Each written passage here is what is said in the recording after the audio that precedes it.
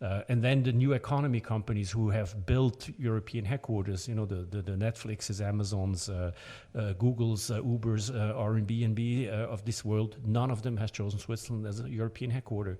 And that should really, make us worry that this is not the place that it was 10, 15 years ago. Welcome to Aperture, a podcast where we highlight the people who are thinking and doing things differently. Our goal is to expose new ideas, to challenge received wisdom, and to open up debate. We cover strategy, technology, business models, and much more. If you like the podcast, please subscribe and also check out our other content at aperturehub.co. Thank you for listening.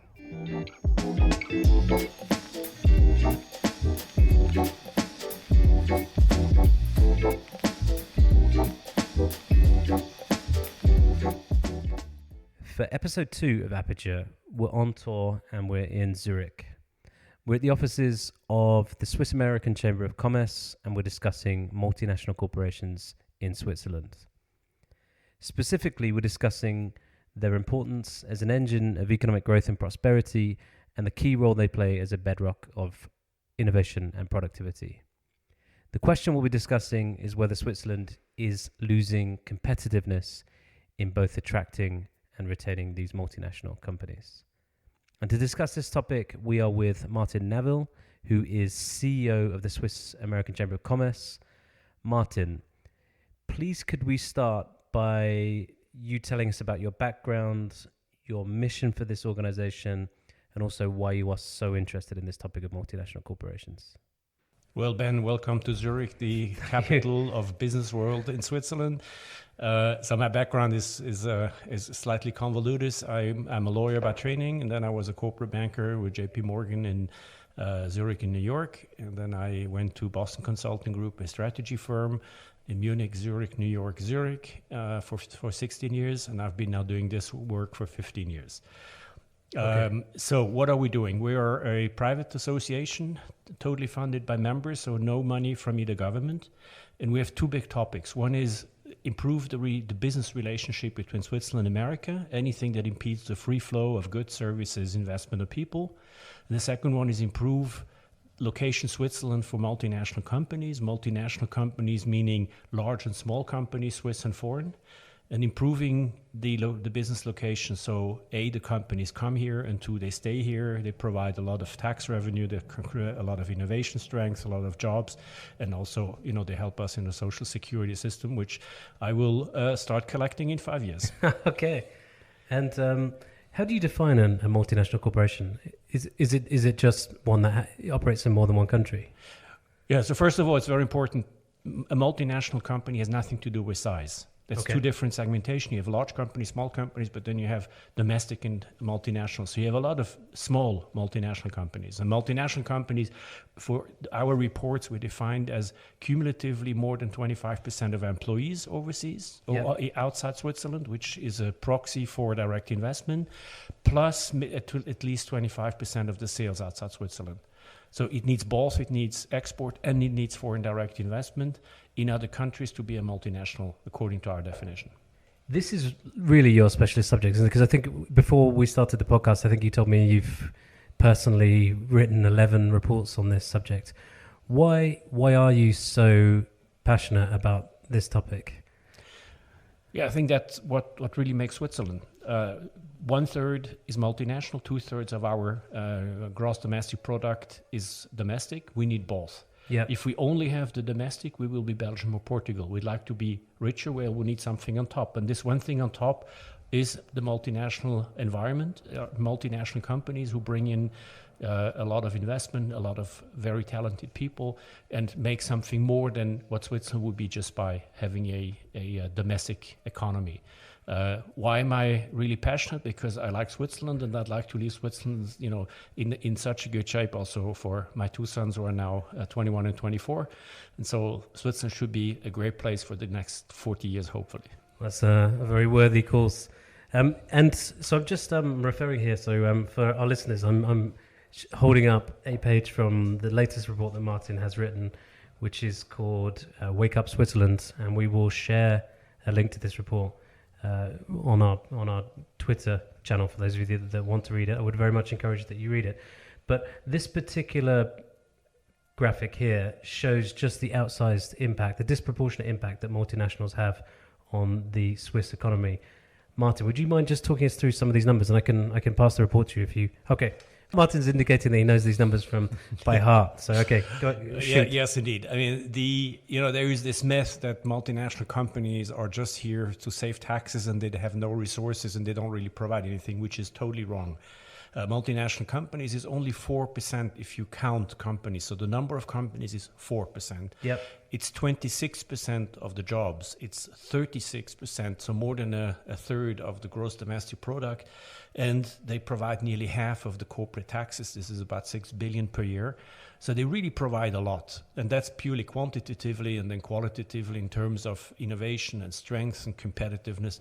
It's totally overdimensioned the importance that those multinational companies have for Switzerland. Wow. Okay. So it's sort of supersizing the Swiss economy. And these numbers that you quoted, so the 4%, the 26%, the 36%, the 50%, are these direct impacts, or do these also include the indirect impacts? Because one of the things that we're very interested in is the extent to which large companies attract and build kind of, they're like an aircraft carrier for smaller companies because they can fund them, because the people that work there go on to start startups and so on. So those are all direct numbers. So wow, okay. In terms of GDP value creation, it is really a third.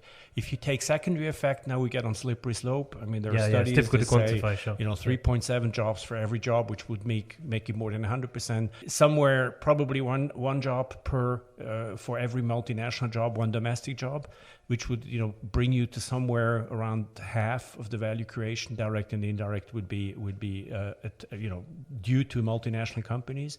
But the indirect effect is always a very slippery one, because if you count all the indirect effects, we come to 300% total. So we like to have the direct effect, and that's really the very strong numbers that we have here. Yeah, it's not as if you can't demonstrate categorically the importance, right, using the direct numbers. But I guess because it's so important to attract multinational corporations, there is, by extension, so much competition to attract these multinational corporations. And I mean, why it's difficult to make an argument against attracting them, because the impact is so large. Is it not a risky strategy? Because these companies, and then you say this yourself in your report, these companies are very mobile in the sense that they could quickly shift part of their base or their entire base somewhere else, depending on multiple factors. So is it not a risky strategy to try to attract these corporations here, because they could at any point leave? And in the same way a virtuous circle is virtuous for as long as it's virtuous, when it goes into reverse, it can be quite nasty. Well, we can be mediocre, and then we don't take those companies, and then we're Belgium or Portugal, or we'd like to be better, and then we need to work very hard. And as long as we do the thing right, there's no reason to leave. If we don't do the things right, then clearly we have a risk of losing them. But I mean, I'd rather have them and risk losing them than not have them here in Switzerland. Yeah, a bit like it's better to have loved and lost, right? Correct. It's like in tennis. I mean, Federer can easily play, say number 100 is fine, and I don't need to train so hard. And if you want to become number one, you have to go on court every day. And that's, I think, what Switzerland needs to do, is to go on court and train every day. Yeah. So we'll get into a few more of the numbers later. But I mean, it's fair to say that Switzerland is still a very, very attractive place to have a multinational. And I'm looking at another table here from your report. In terms of global headquarters, in the period 2009 to 2018, it has a 33% market share in Europe, right? So it's doing well. Global headquarters in Europe, but then we only get 23%. On regional headquarters, we have 26%. R&D center, and on operational center, we only get 5%. Okay. And so, overall, it's if we had 33%, I would say great. But this is only global headquarters, and that's also because we have a lot of Swiss global headquarters. Clearly, on some other things, we're much weaker. So Switzerland is objectively a very good place to put a global headquarters. It attracts a large number of global headquarters. But to get to the heart of your report, this country, we cannot be complacent, right? Because I think you said in the report that it's dropped from number one globally as most attractive country for multinationals, I think, to number 3. In Europe, yes, in Europe. Number 3 in Europe? In Europe, behind the Netherlands and behind Ireland. And what do you attribute that to? Why is it losing attractiveness? So first of all, as I started the question, I think we're still doing fine, but Yeah. fine is not good enough for what we would like to attain. Um, in There is a lot of remaining strength that will always be here, and it's like a glacier.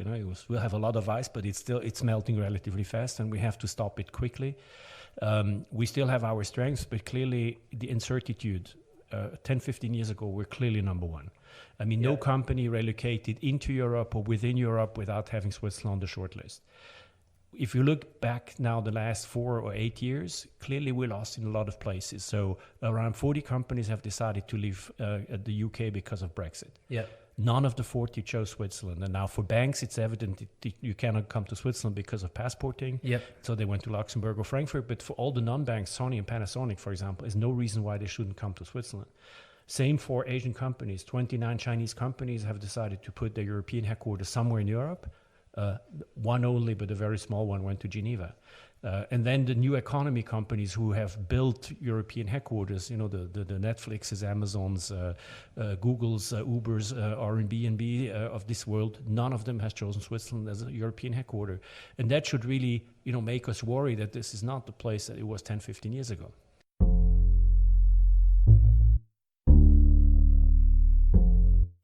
So we can see that companies are choosing elsewhere, but why? I mean, because naturally I would have said, not being in the European Union was important, but as you said, outside of banking, that's not so critical. No. And for Asian companies, why are they not selecting? Because Switzerland's always had a very strong relationship with, it has a very strong relationship with China. It has a bilateral trade agreement with China. Why don't these companies locate here? Well, there's always, for every company in every segment of the industry, there are different reasons. But clearly, some of the biggest strengths of Switzerland, which was openness to talent, which was low taxes and very stable taxes and very predictable taxes and political predictability, all those things have eroded. We're still okay, but they have eroded massively. I mean, on taxes now, luckily the vote on May 19th on the federal tax level has been positive, but that was very unclear a year ago. Yeah. We have very unclear situation with the EU on the framework agreement. We have a very unclear situation regarding some obligation of companies. We have a vote coming up in a year on the corporate responsibility initiative, which would make Swiss companies much more liable for anything that might happen within their value chain than most other places. We have clear uncertainty about availability of talent in Switzerland. We will have a vote in probably 15 months that might stop the free movement of people agreement with the EU, which would basically then also crumble the rest of the bilaterals. So there's a lot of uncertainty in very, very important sectors. And then we kept the negatives that we've had for a long time, which is, salaries, the level of salaries and the cost here, which were always negative. But it was balanced before. And now in some very important pillars of our strength, there's been an erosion, certainly an uncertainty. Is this going to go on? And if you invest, you have a 7 to 10 year perspective. And clearly, Switzerland 10 years ago gave you a secure 7 to 10 year perspective. Today it does not. Yeah. So if we just pick up some of those themes in turn, if we come to the availability of talent, for example. So I remember back in 2014, there was a vote here to put quotas on EU migration. Correct. And the vote that you said is taking place, I think you said it's in 18 months' time. Is that related to that vote back in 2014? It's a bit related. It's not the same, but it is related. Okay. And to play devil's advocate for a second, right? So it seemed to me, and it almost seemed like that was a sort of mini Brexit moment, right? The 2014 referendum, where the people sort of said, we don't necessarily agree with the way that society is changing and so on. And there is a very large number of foreign-born people living in Switzerland. And I suppose to play devil's advocate for a second, for how long can Switzerland continue to absorb very high levels of immigration without maybe damaging or negatively affecting sort of social cohesion and so on? Because that would be what people, I guess, would play back, which is if these multinationals need a constant flow of immigration, can that be good long term for Switzerland and social cohesion? No. So first, starting 2014 was a mini Brexit because Brexit. it was an initiative that added a line on our constitution, which then went into in a way, Parliament. it's a presage Brexit for me because it was but somewhere as stable as this. Afterwards, Parliament brought around a solution which was feasible. The next one, that's not only mini Brexits, that's really Swiss exit. The one next year, if we fail that one, we're in the same position as Brexit. And what did the polls? I suppose it's too early to have polls. Oh, there is no polls yet. I mean, this is 4 or 5 votes away. So there's no polls until like 2 months before. But asking your question, I mean, what's really important? I mean, Switzerland today has 25% non-born. So foreign-born people in Switzerland, which is a lot. In which clearly in a direct democracy might create some problems. And so I think it's very, very important to start segmenting the foreign workforce. There are 3 types of workforces. If you look at it from a not social but from an economic point of view, you have the refugees, you have those who just come here because they want to earn more or something, the economic migrants, and then you have the high value migrants. And in our report we show that the high value migrants through multinational companies is only even less than 4% of net migration. And I think we have to start figuring out is we are probably politically, socially, and from a voter's point of view, we cannot go from 25 to 30 or 35. But we should start segmenting and make very clear that we want those who create value for Switzerland. So it's a bit Swiss first, Switzerland first strategy, but that's not bad. I mean, we have a tradition of taking in immigrants and to taking in refugees through the Switzerland is the protector of the Human Rights Convention, but still I think we have to make very clear this is a competition out there. We are competing not only against Ireland and the Netherlands, we're competing against Dubai, we're competing against Singapore, we're competing against the US and the UK. And, the UK might have be a bit in a doldrum at the moment, but I mean, they will come back. And there are many other countries which really, really fight for A, the good companies, and 2, for talent. And so we have to fight for those talents and we have to make sure we're not complacent. We need them. And we cannot just add on and add on and on. So maybe we have to be a bit more selective in what type of people we get into Switzerland. Many countries have done it. I mean, there is a scoring system with different points for different quality in Canada, in the Netherlands, in Holland, in Australia. So it wouldn't be the first, and I think Switzerland has to start. That's the title is Wake Up Switzerland. Is we need to go out and compete. We're still good. My analogy is when Federer suddenly discovered his number 17 on the ranking, he could have said 17 is not bad, have a final farewell tour, and then relax. And he said no, I want to be number 1 again, and so he went back on court and trained, and that's what Switzerland needs to do. And in terms of the other things you mentioned, with taxation was one thing. And so a lot of what's happened with taxation has been sort of externally imposed on Switzerland, right? Because the European Union, the US have said that you can't make deals with individual companies. Is that, I think you said it yourself, right? The vote on the 19th of May has now given way to I think a more stable, low rate tax in federal tax rate in Switzerland. So is that problem now largely resolved? Is taxation something that you aren't losing sleep over anymore as a result? Yes. So let's quickly go back. I mean, Switzerland was never one of the really low tax countries. And also Paradise Paper and the Luxembourg Papers and all those things, Switzerland didn't really appear. We were always slightly higher than others, but we were competitive. And tax is only just the cost of the product, and the product being, political stability and the talents and everything. And so we had a great product and we weren't the cheapest, but we were competitive. The way to be competitive was ring-fencing the foreign revenue and giving them a priority over domestic revenue. And this is what the EU and then the OECD said, we're not accepting this. You can put the tax rate wherever you like, but all the revenue has to be taxed the same way. This is why we had to change this. Now, as the taxes came out, I think we are sleeping a lot better, but it's not done because now it needs to be implemented in every canton. And especially on probably September 1, the canton of Zurich will vote on this. And so we still have another hurdle to climb. But the very strong result on May 19th on the federal tax, gives us some good hope that this will also turn right with the cantons. And then Switzerland again is competitive. We have other places that will be a lot cheaper.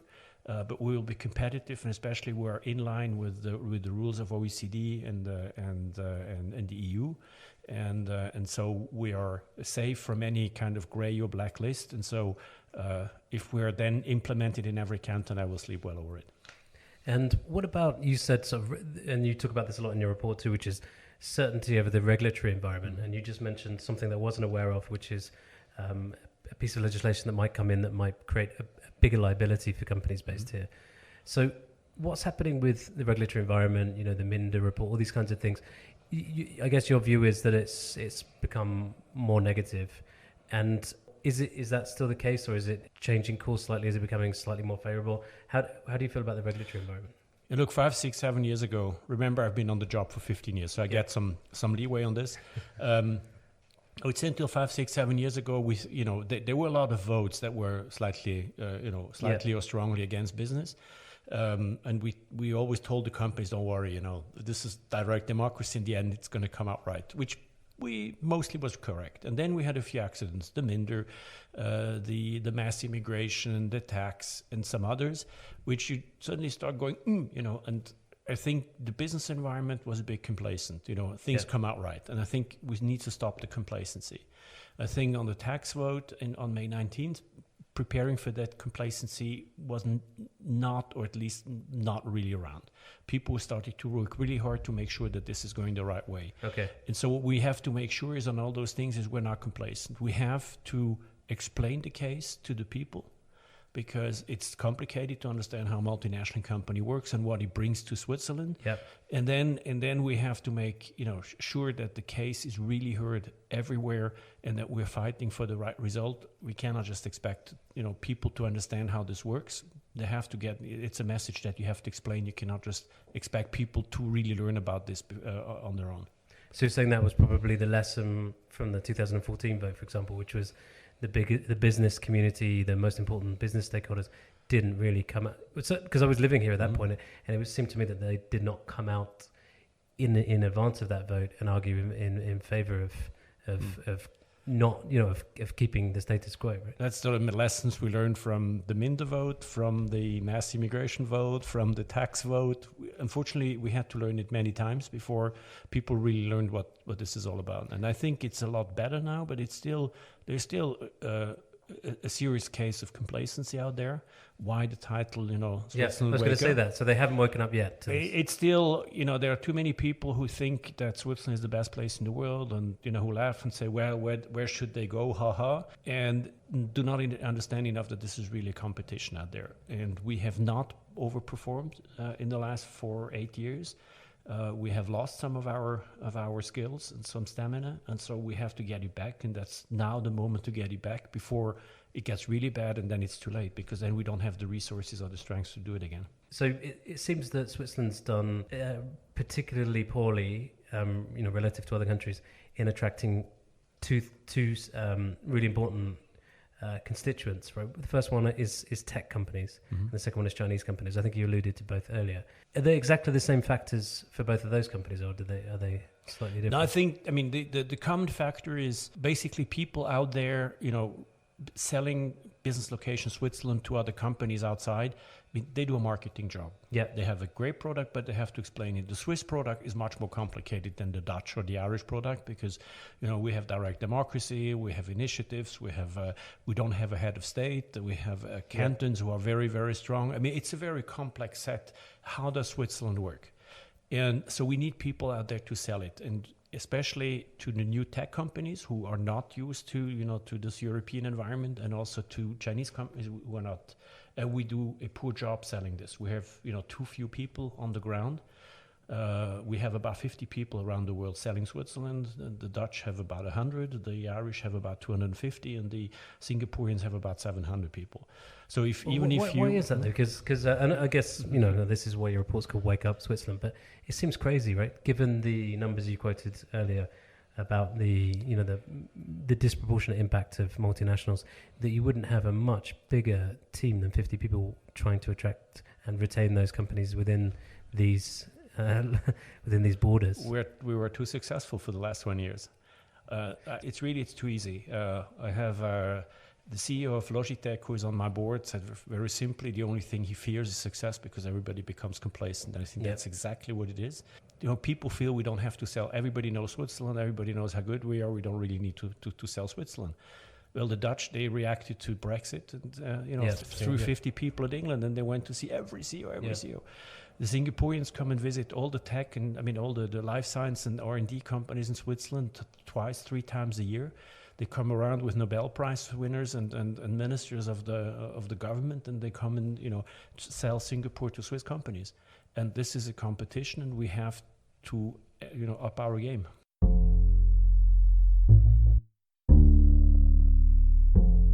I'm going to refer to the same graphic. It's Exhibit 5, page 21 from the report. So this is you're looking at 10-year period here at how Switzerland's faring versus other European nations, so Ireland, Luxembourg, the Netherlands, and the UK. And what it shows is Switzerland is losing market share in most areas except R&D centres. And there's another, I think it's on the previous or the page after, where you say that in terms of industrial segments, it's losing market share in consumer, financial, industrial, IT and communications. It's not a very rosy picture, but it is gaining market share in life sciences. So I suppose the question is it not just developing a deeper cluster around life sciences and a deeper cluster around R&D excellence? And can it not, to use the engine analogy, can it not operate very successfully and grow nicely and continue to have very, very outsized performance from multinationals based on 2 engines, which is life sciences and R&D centers? Does it need the others? It needs bigger. We lost a lot of market share. We had 27% market share 10 years ago. We now have 19 market. So we lost 8 points, or a third of our market share. And so it's not enough. I think it's a great success. Life science, especially right in the Basel area, but in the very large Basel area, it goes throughout Switzerland. And also R&D, especially stemming from our 2 technological universities, ETH and EPFL in Zurich and Lausanne, which are in the top 10 in the world. Less known than some others like MIT and Berkeley, but they play in the same league. And I think those 2 clusters of strength, which is having 2 of the largest pharma companies in the same city, creating an unbelievable cluster with a lot of larger, smaller startup companies, a lot of innovation strength, and the clusters around those 2 universities really make a fantastic success factor for Switzerland. It's just not enough. If we want to stay where we are, we need more, and this is why we have to do more to attract other companies. Yeah. And then in your report, you talk about STEM. Science, technology, engineering, and math. Thank you. So what you're saying is Switzerland produces lots and lots of engineers, but less or fewer high-quality graduates in other areas. Is that? We don't have enough engineers either. Okay. Engineers is the E of the STEM. Yes. We don't have enough engineers either. First of all, we don't have enough people, period. Yep. We have, if you look at, as a proxy for globalization, you take global Fortune 500 companies per million inhabitant. We have 3 to 5 times more than all our competitors. So we need additional people to keep those large companies here. Second, we have an underproportional choice by our young generation to go into those so-called hard sciences. And so, we have to increase the attractiveness of those sectors, but that's certainly not going to be enough, again, because we have too many large multinational pharma engineering companies, and so we will always need talent, highly qualified talent from outside. Okay. But one of your proposals was to expand the intake at some of the universities here, right? Yes, correct. Especially on the STEM side. Yeah. Okay. And then also make it more attractive to study in STEM, especially for foreigners, and in those hard sciences, maybe to give them a green card like they do in the US. Because at the moment they don't get to stay. Is that right? They have. I don't remember exactly. We're just looking at the details. 6 months, and if they don't have a good job after 6 months, they are out. So you're saying you graduate from a Swiss university in STEM, and you get automatically a permit C or B. We're working on this now. This is going to be the deep dive on this. How do we attract and how do we keep the foreign talent, and how do we make it palatable for the people around, and to make them understand that they're really creating a lot of value They create the tax, they pay taxes, they make it an innovation hub in Switzerland, they pay my social security and everybody else's social security, but also extremely important for the long-term increase of innovation and global competitiveness. It's very important to get those talents. Yeah. If they come here, it's great for Switzerland. If they go somewhere else, it's a double whammy because they're not in Switzerland, but they are in the Netherlands or in Singapore or in Dubai. Yeah. No, and you can see it. So in preparation for this podcast, we looked at what sectors of the economy are growing much faster than the others, and it's all of the sectors in which multinationals are present. So this is Correct. Anyway, so what I want to do next was actually refer to a couple of your previous reports. And so you had a report that was from 2012, and it was called Growth Engine at Risk, and it looked at the cantons of Geneva and Vaud and the impact of multinationals on those two cantons. And so I have a few questions in relation to that, to that report. The first one was, in that report you said that if multinationals have a disproportionate impact on the economy in general, it's even more disproportionate when you look at the cantons of Geneva and Vaud. And so I think back in 2010, they were contributing 43% of GDP in Geneva versus 36% nationally, and 41% in Vaud versus 36% nationally. How is Geneva, or how are Geneva and Vaud faring in the intervening years, so since 2012? Because my impression living in Geneva is multinationals are leaving Geneva. Is that correct, or is that just an anecdote? There are not many multinational leaving, but many multinational downgrade their presence. They take certain departments and send them to somewhere else because it's cheaper, or just as when they do just a good job in Frankfurt or Munich or Paris or somewhere else. I think Geneva and Vaud have had mostly a flat development since. We haven't looked at the numbers in depth. I mean, all those numbers are strong numbers. I mean, the latest report is with McKinsey company, and the report you mentioned is a Boston Consulting Group. So the numbers are really strong. We haven't redone the numbers in a very analytical way. So probably they'll be the same. What happened in the Romandie, we had some so-called Lex Boni, which was a special tax advantage that ran out. On the other hand, EPFL has created a lot of attraction for tech companies. So probably it's more or less net, maybe slightly less, but not a lot. Because what about banks though? Because since the impression you get, again, anecdotally, I can't back this up with any sort of definitive statistics, but it seems like the banks in Geneva have downsized, right? And is that coming through in the statistics? Not really. A bit, yes, because of the banking secrecy, and so some departments which were really specialized on non-declared foreigners has been shifted. And I mean, banks all over the world are downgrading because of automation, artificial intelligence, all the good things. The margins are coming down. But I think the Geneva, the Arc Clément, the Geneva Vaud region has not suffered over proportionally on this. Okay, good. The second question was, in the recommendations of that report, you state very clearly that these two cantons need a strategy for attracting internationalizing Asian multinational corporations. Based on what we discussed earlier, which is only one company has come here in the last 4 years. Into Geneva. But I guess that what you would argue is that strategy was not put in place. No, that strategy was not put in place. Again, I mean, there was a lot of complacency. It was also, I mean, when we explained this in the report, it's not easy because there are two things. One is, especially Chinese companies, they go where Chinese clusters are, and we didn't have any. Yeah. And second, this whole strategy depends on having one, light tower, a very famous company that decides to come to Switzerland. There were a few tries, if you get Alibaba to come with a European headquarters, and everybody else will follow. It's really this light tower that was missing, and so probably not putting enough effort, but also it's a difficult one. I mean, it was something we need to try. We failed. We could have tried harder, but clearly it would have been attractive. And then the obvious question is, that report was called Growth Engine at Risk. The subsequent report looking at the broader nation state is called Wake Up Switzerland. So it's like you're stepping up the rhetoric, right? And is that because you feel that your previous calls to action just haven't been heeded, or is the situation deteriorating, or do you just I mean, the situation has clearly deteriorated. You know, in the report we did 6 years ago, Switzerland didn't lose market share yet, but it was clear that, you know, somehow some momentum is missing and there's some complacency around. Now we are a bit further down the line, but I think, you know, it should not be alarmist. I mean, Wake Up Switzerland is not, avoid being killed. It's just, you know, now is the time to start going back on court and train.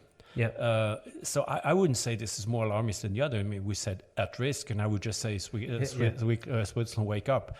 I mean, the trick is always to get a title that attracts the reader a bit. You know, got my eyeballs for sure. Yeah. So not having an academic title that, you know, there's 3 line. But, you know, I would say we're a bit further down the line after the various, you know, votes that clearly went against business. There has been some additional, doubts. Is Switzerland really business friendly?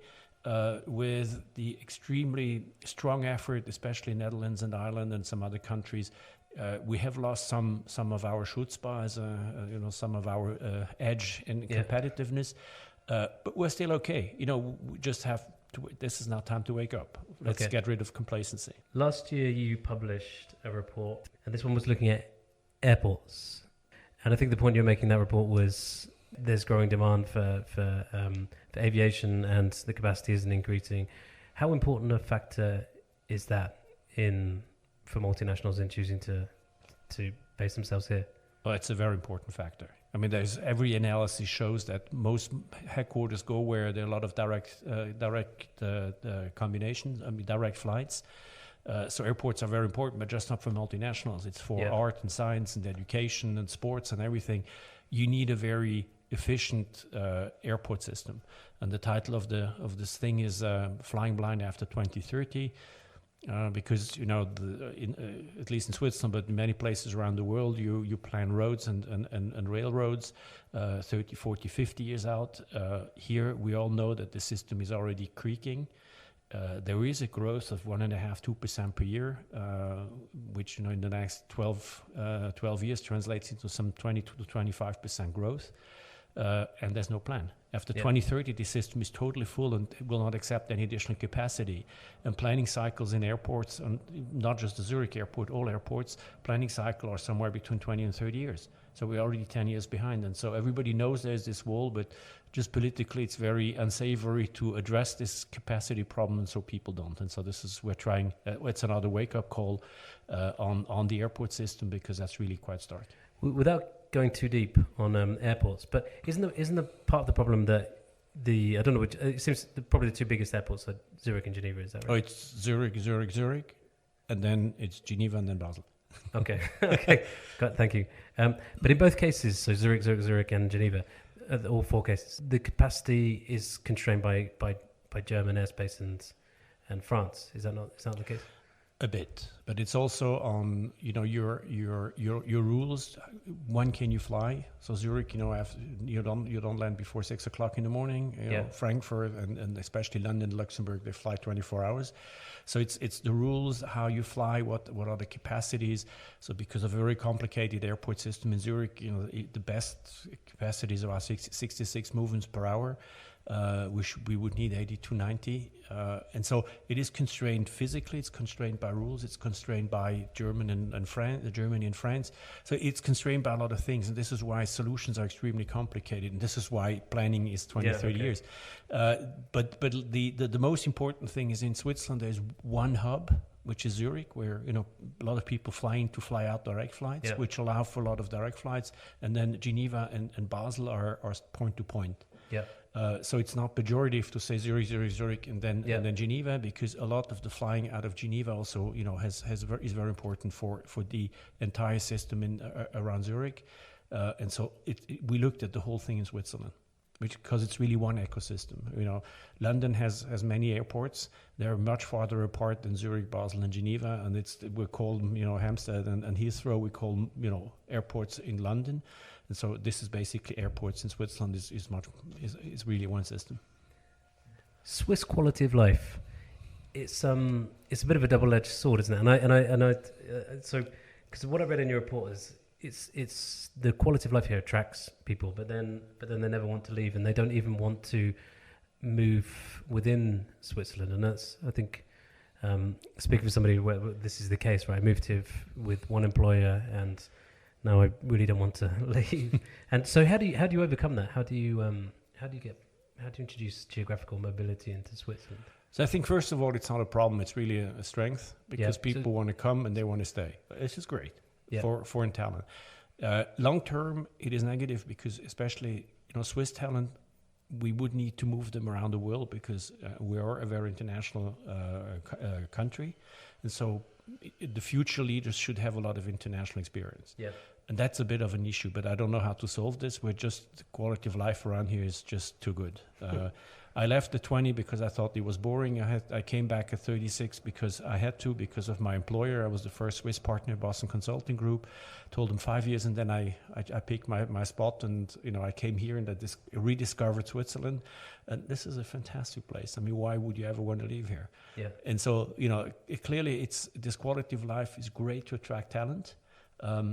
Maybe for talent mobility, it has a drawback. But, most yin has a yang, so that's. I think we can live with that problem. So you can't just answer this question by the way saying more multinational corporations. But the question is, what would be your recommendations, if you have any, for creating a better ecosystem for the startups in Switzerland? Because there's a lot of people that listen to this podcast work in startups, and do you have any recommendations for fostering that ecosystem beyond just having more multinational corporations, which clearly feed them in terms of funding and people and so on?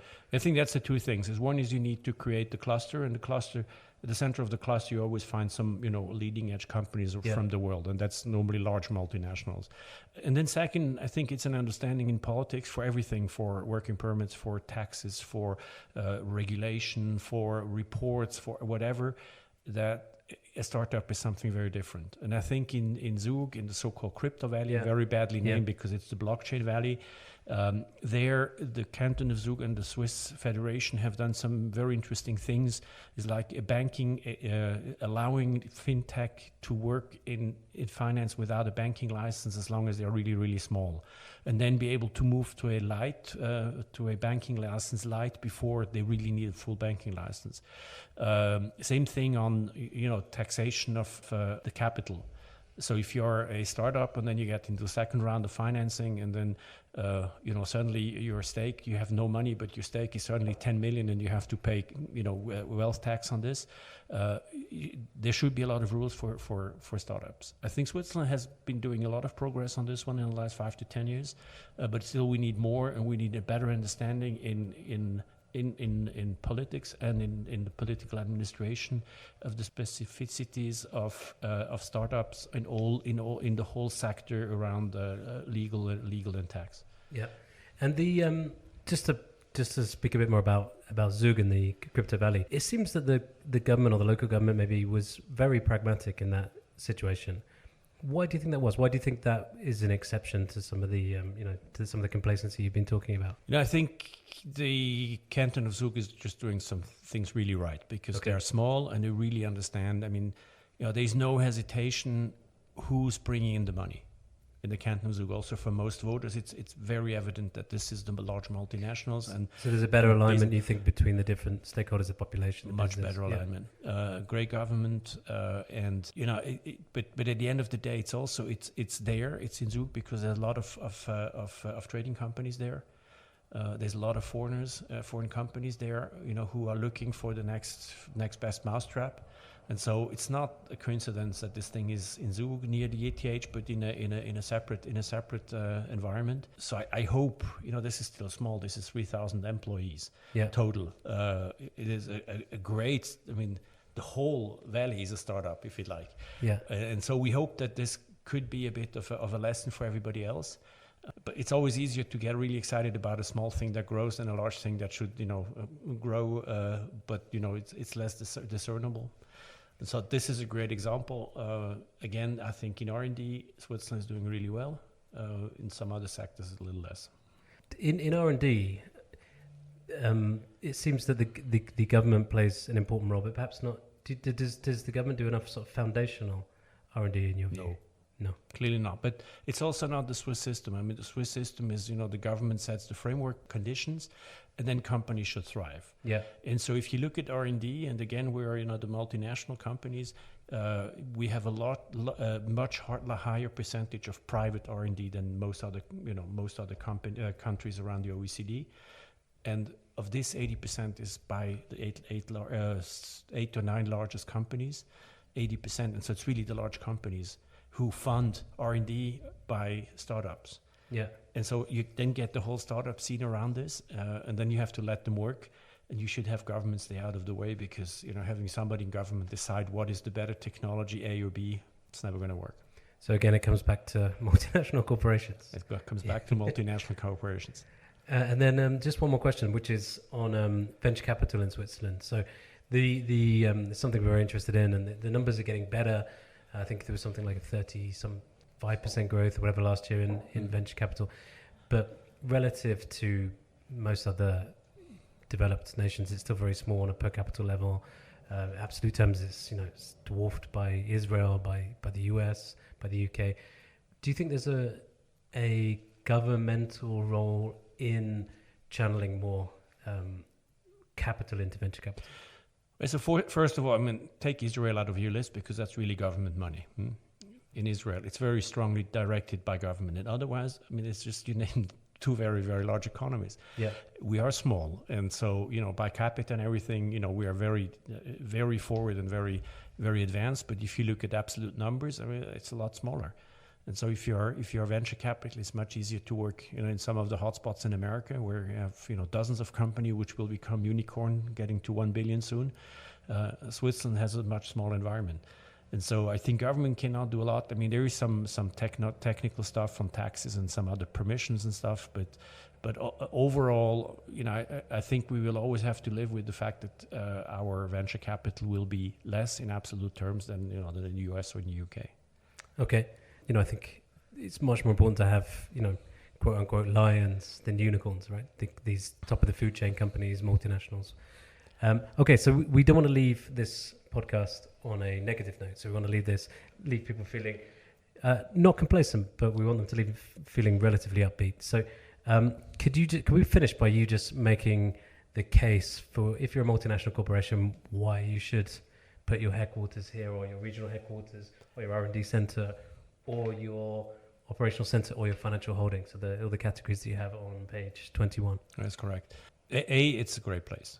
Once you get explained that we have a political system that is very, very different from other countries, which, if you don't understand it, it leads to insecurity. The system is fantastic. We don't change government every 6 months. We don't do Brexit. We don't have a government that comes in and says, we will change everything. Our executive government has had the same four parties for the last, 80 years. We have the ultimate grand coalition, so we're extremely stable. Two, this is really very welcoming for foreigners here. We have 25%. We are the only country in the world where most of the large Swiss multinational companies are led by foreigners. Try this in France, try this in Japan, try this somewhere else. Yep. So we're very welcoming for talent. People want to come to Switzerland. This is why Google has now 2,500 people here, because the Zooglers, as they're called, they want to come to Switzerland. Quality of life, the whole environment. So we have enormously to offer to companies. Taxation is competitive. Yes, costs are high, but you look at productivity. We don't do strikes. Our bridges don't break down, and we don't exchange government every 5-6 months. So I think we have enormously to offer. And so the report is in no way to say this is bad. It is looking over the horizon and say, well, guys, we're still great, but other people do it really well. So we have to upgrade our game. But it's still a fantastic place. I think the quality of life, but also the intellectual quality of life here is just fantastic.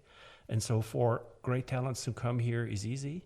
And, at the end of the day, every multinational that relocates needs to bring the great talents. And so, if you put one somewhere in Siberia or in Switzerland, one talents want to come and the other talents don't want to come. And so it's really all around the people, the talent, the quality of life, and everything else has to be competitive, and I think that is. Brilliant. Okay, so just to remind you, we'll tweet out the links to all the reports we mentioned, the 3 reports we mentioned. And Martin, Thank you very much indeed for your time. Thank you. That was great. Great. Thanks so much.